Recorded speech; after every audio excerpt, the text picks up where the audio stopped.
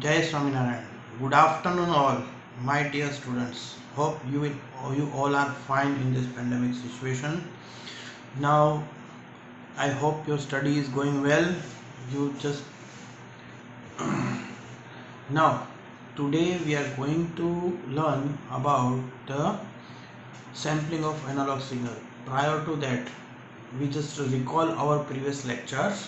So we learned about signals, then system, then frequency concept, and finally analog to digital converters, ADCs, and digital to analog converters. So let me talk about digital to analog converter. So first, to get the analog to digital conversion, we must aware about the signals.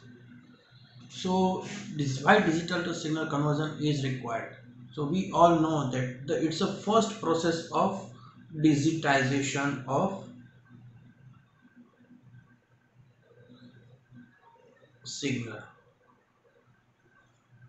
If we want to convert any signal into digital form, we need to convert it into a discrete time signal. So first process is convert analog signal to discrete time signal, and this process can be carried out by sampler circuit, or we can say that a device which convert a continuous signal into discrete time signal is called a sampler. So sampler, the job of sampler is to convert the continuous signal into discrete time signal. Now, how a sampler circuit can works? So we know sampler circuit is just nothing but a one simple switch.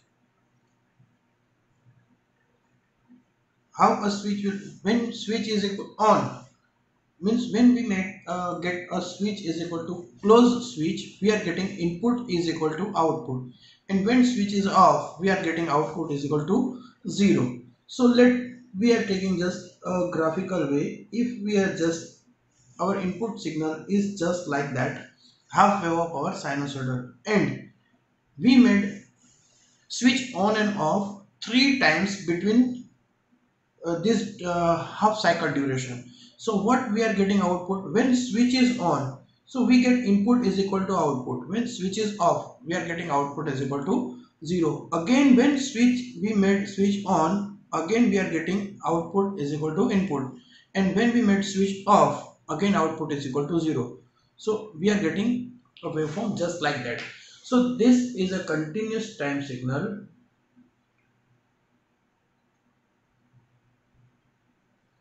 and it is a discrete time.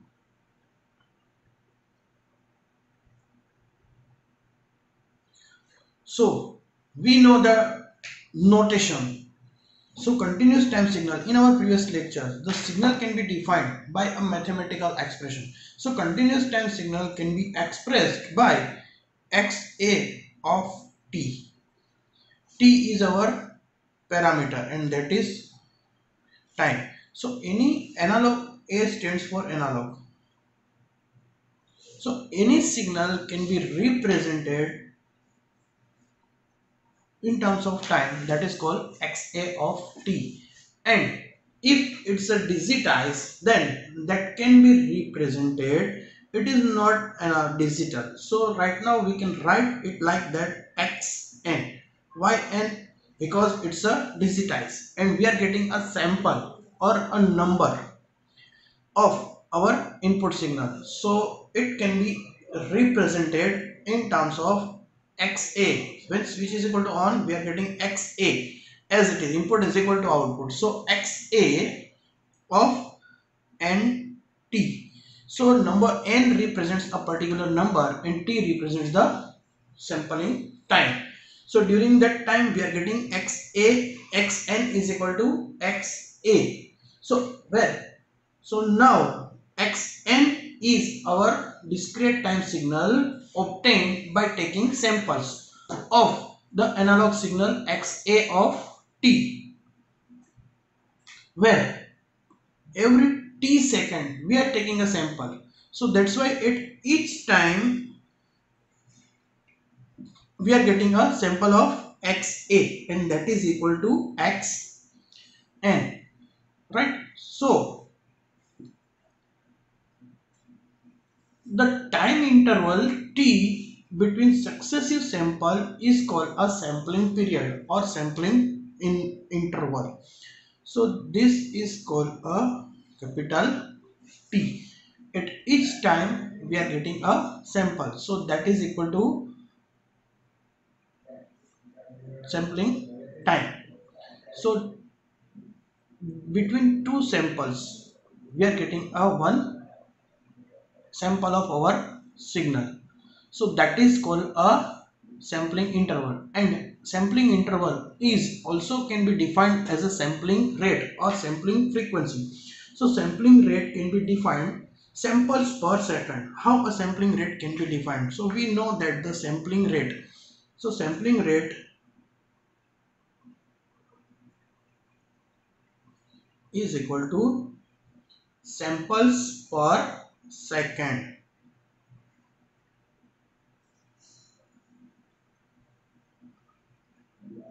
So mathematically it can be represents sampling rate fs is equal to 1 over ts. Ts is our sampling time. So nomenclature, sometime ts, or we can use 1 over t also. T is a fundamental time of our sampling frequency. So now, so how, what will be the sampling rate and how it can be correlate with t? So we know in our continuous time signal t, in our discrete time signal it is equal to nt. It is already mentioned in this equation. So t is equal to n, that is equal to xa of nt. So t is equal to nt. So that is equal to, we can write it like that, t is equal to fs. So fs is equal to 1 over t. So t is equal to 1 over fs. Fs is a sampling rate, it is a digitized frequency, so that's why we are write a capital nomenclature for that. So fs nts, and that is equal to n by fs. Okay, so the relation between the frequency variable f, digital, that is called a digital frequency, right, for analog signal, and the frequency variable small f, that is our analog frequency. Capital F is a digital frequency. So how can be, how this analog signal and digital signal frequency can be correlated? So let me take an example. So first of all, we know the very basic sinusoidal function that we already learned in our various types of signal and frequency concept in analog and discrete time, right? So let me know xa of t, that is our analog signal, that can be represented by a cos of 2 pi capital F t plus phi, right? So this is a simple nomenclature of our analog signal. Now this signal is sampled with a rate of fs. Fs is our sampling rate, it is a sample per second. right? So how that can be represented in a digital domain? So we know f is equal to fn, right? T is equal to nfs, right? So just we replace this t by fs. So how this equation became xa of nt is equal to x of n, discrete time signal. So that is equal to a cos of 2 pi capital Fn into t plus 5 as it is. 5 is our initial angle. Now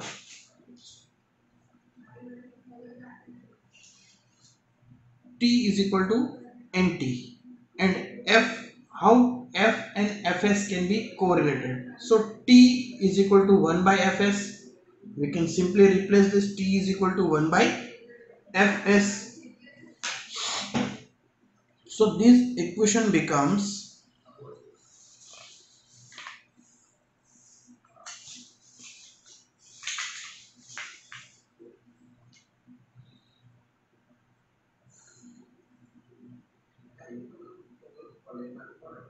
xa of nt, that is equal to xn is equal to a cos 2 pi nf t plus 5.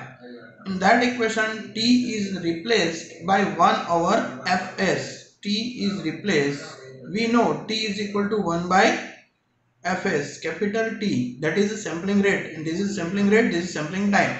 So our equation becomes a cos of 2 pi n f over fs plus 5 as it is.